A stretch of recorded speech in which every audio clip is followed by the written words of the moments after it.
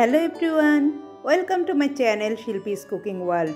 আশা করছি সবাই ভালো আছেন। আজ আমি খুবই টেস্টি একটি চাটনির রেসিপি আপনাদের সাথে শেয়ার করব। সেটি হলো বড়ই দিয়ে টমেটোর চাটনি। এই চাটনিটা একবার খেলে বারবার খেতে ইচ্ছে করবে এবং এটা তৈরি করাও খুবই সহজ। আশা করছি এই রেসিপিটি সবার খুব ভালো লাগবে।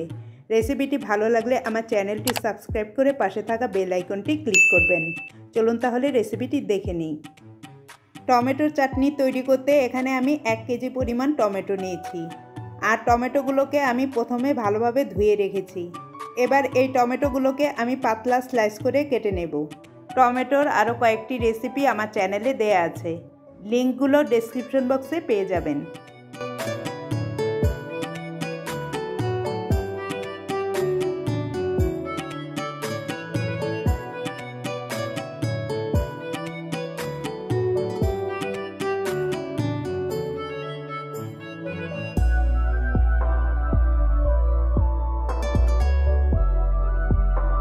এভাবে আমি সবগুলো টমেটো স্লাইস করে নেব। এখন সবগুলো টমেটো আমি স্লাইস করে নিয়েছি। এখানে নিয়েছি 250 গ্রাম পাকা বড়ই। আমি বড়ইগুলোকে প্রথমে ভালোভাবে ধুয়ে বড়ই থেকে বোটাগুলো ছাড়িয়ে রেখেছি। এখন প্রত্যেকটি বড়ই আমি এভাবে একটু ফাটিয়ে নেব, এতে করে চাটনিটা আরও টেস্টি হবে। এবার আমি চাটনিটা রান্না করতে চলে যাচ্ছি। এখানে একটি প্যান চুলায় বসিয়ে তাতে দিয়ে দিচ্ছি 2 টেবিল চামচের মতো সরিষার তেল। তেলটা গরম হলে দিচ্ছি একটি আস্ত শুকনো মরিচ। শুকনো মরিচটা একটু ভাজা হলে এতে দিয়ে দিচ্ছি 1 চা চামচ পাঁচফোড়ন। এখন পাঁচফোড়ন ও শুকনো মরিচ একত্রে একটু ভেজে নেব। পাঁচফোড়ন ভাজা সুন্দর অ্যারোমা বের হলে দিয়ে দিচ্ছি টমেটোগুলো। সেই সাথে দিচ্ছি বড়ইগুলো। লবণ দিচ্ছি পরিমাণ মতো, আর দিচ্ছি 1 চিমটি হলুদের গুঁড়া। এবার আমি সব কিছু একত্রে ভালোভাবে মিক্স করে নেব।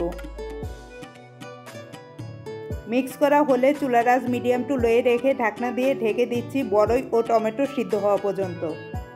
7-8 মিনিট পর আমি ঢাকনাটা তুলে নিচ্ছি। আমি মাঝে আরও 2 বার ঢাকনা খুলে এগুলোকে নেড়ে দিয়েছিলাম। এখন টমেটো ও বড়ই সিদ্ধ হয়ে গিয়েছে। এবার স্প্যাচুলা দিয়ে টমেটোগুলোকে একটু ম্যাশ করে দিচ্ছি।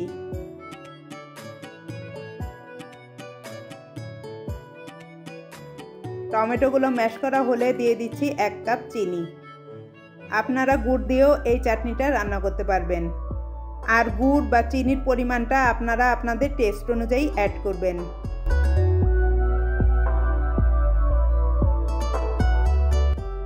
টমেটোর সাথে চিনিটা ভালোভাবে মিশিয়ে ঢাকনা দিয়ে ঢেকে দিচ্ছি 5 মিনিটের জন্য।